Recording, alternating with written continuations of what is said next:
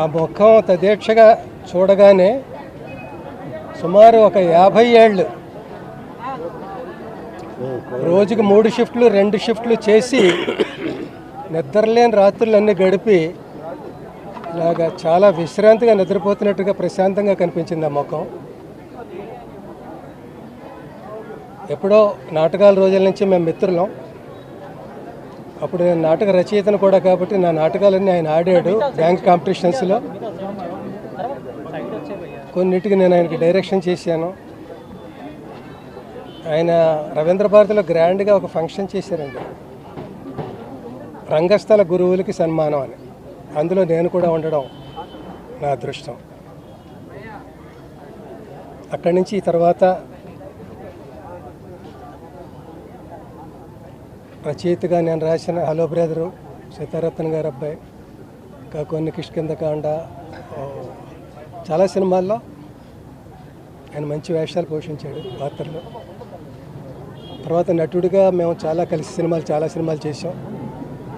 ముఖ్యంగా ఎప్పటికీ నాకు అందరికీ గుర్తుకొచ్చే పాత్ర అమ్మ 1వ తారీఖులో నా తండ్రిగా నటించిన పాత్ర.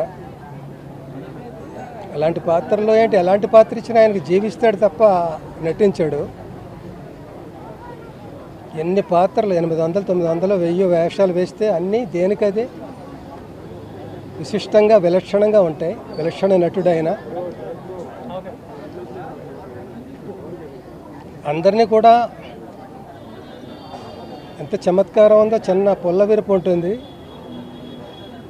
ఆ పొల్ల అగ్గి పొల్ల లాంటిది బగ్గుబంటి ఉంటుంది కూడా. చమత్కారం వల్ల అది చాలా ఎన్హాన్స్ అయ్యి రాణించే వాని మాటలని నేను. అందుకే చుట్టూ చేరేవారు అందరూ షూటింగ్స్లో ఆయన చుట్టూను. నన్ను మాత్రం ఎందుకో ఒక 1%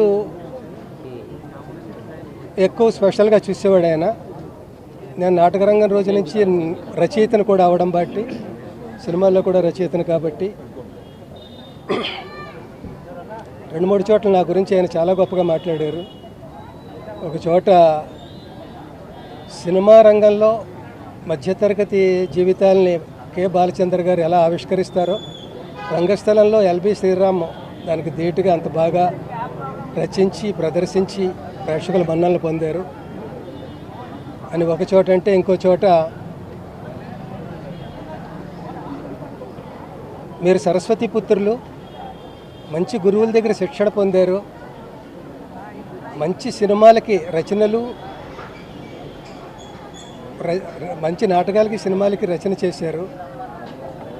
సమాజానికి ఎంతో అవసరమైన ఉపయోగకరమైన ఆ పెన్నుని మీ జేబులో పెట్టుకుని మీరే మురిసిపోతే ఎలాగా, ఆ పెన్ను గుండెకి బరువు అనిపించట్లేదా అన్న చోట రాశాడు ఆయన స్టైల్లో. దానికి నేను ఏం చెప్పాలో తెలియక, పెన్ను తీయాలనే నాకు ఉందండి, కానీ తీస్తే జేబుతో పాటు పెన్ను కూడా తేలికైపోతుందేమో అని భయంగా అలా ఉంచేసాను. బరువుగానే ఉంది అని నేను అనేవాడిని. ఇలా చాలా అనుభవాలు. హలో బ్రదర్లో చాలా గొప్ప వేషం. ఆయన స్పెల్లింగ్ మిస్టేక్స్ అన్నీ మల్లికార్జునరావు కరెక్ట్ చేస్తుండేవాడు. కమాన్ మార్చ్ అంటే ఇది మార్చి కాదు ఏప్రిల్ అని, అలాగో అవి స్పెల్లింగ్ మిస్టేక్స్ ఎప్పుడు మానేస్తావరా అని అనేవాడు. చివరికి మల్లికార్జునరావు గారి డెత్ సీన్ ఒకటి ఉంటుంది. అందులో అంటాడు, ఒరే మళ్ళీ నన్ను ఒంటరి చేసి వెళ్ళిపోయావు కదరా, ఇక నుంచి నా స్పెల్లింగ్ మిస్టేక్స్ ఎవరు కరెక్ట్ చేస్తారా అని ఏడ్చాడు. అలాగే ఇప్పుడు మాలాంటి కమెడియన్లు, క్యారెక్టర్ ఆర్టిస్టులు మేమందరూ చాలామంది ఇప్పుడు మా స్పెల్లింగ్ మిస్టేక్స్ అంటే మా తప్పులు ఎవరు కరెక్ట్ చేస్తారు, ధైర్యంగా మాట్లాడగలుగుతారు అన్న గుర్తుకొచ్చింది నాకు. అది అంటే ఇలాంటి పెద్ద వాళ్ళే ఉంటే, మేము పెద్దవాళ్ళం అయినా కూడా మనకంటే పెద్దవాళ్ళు ఉన్నారని ధైర్యంగా ఉంటుంది. ఒక్కొక్కళ్ళే అలాగా తప్పుకుంటుంటే నెక్స్ట్ టోకెన్ మందే కదా అని భయంగా ఉంటుంది. భయంగా ఎందుకు, వెళ్ళిపోయిన వాళ్ళు ఏమో నష్టపోరు, ఇంకా గొప్ప జీవితాలని అనుభవిస్తూ ఉంటారు.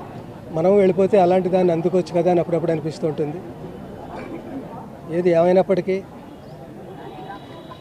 ఒక మహాప్రస్థానం ముగిసింది.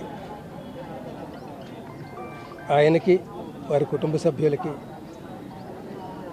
శాంతి చేకూర్చాలని భగవంతుడు ప్రార్థిస్తున్నాను.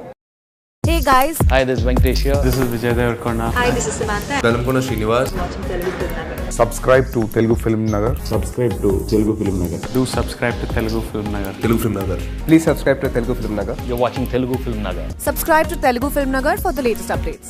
తెలుగు ఫిల్మ్ నగర్ చిన్న బెల్ ఐకాన్ ఉంటుంది, దాన్ని నొక్కండి.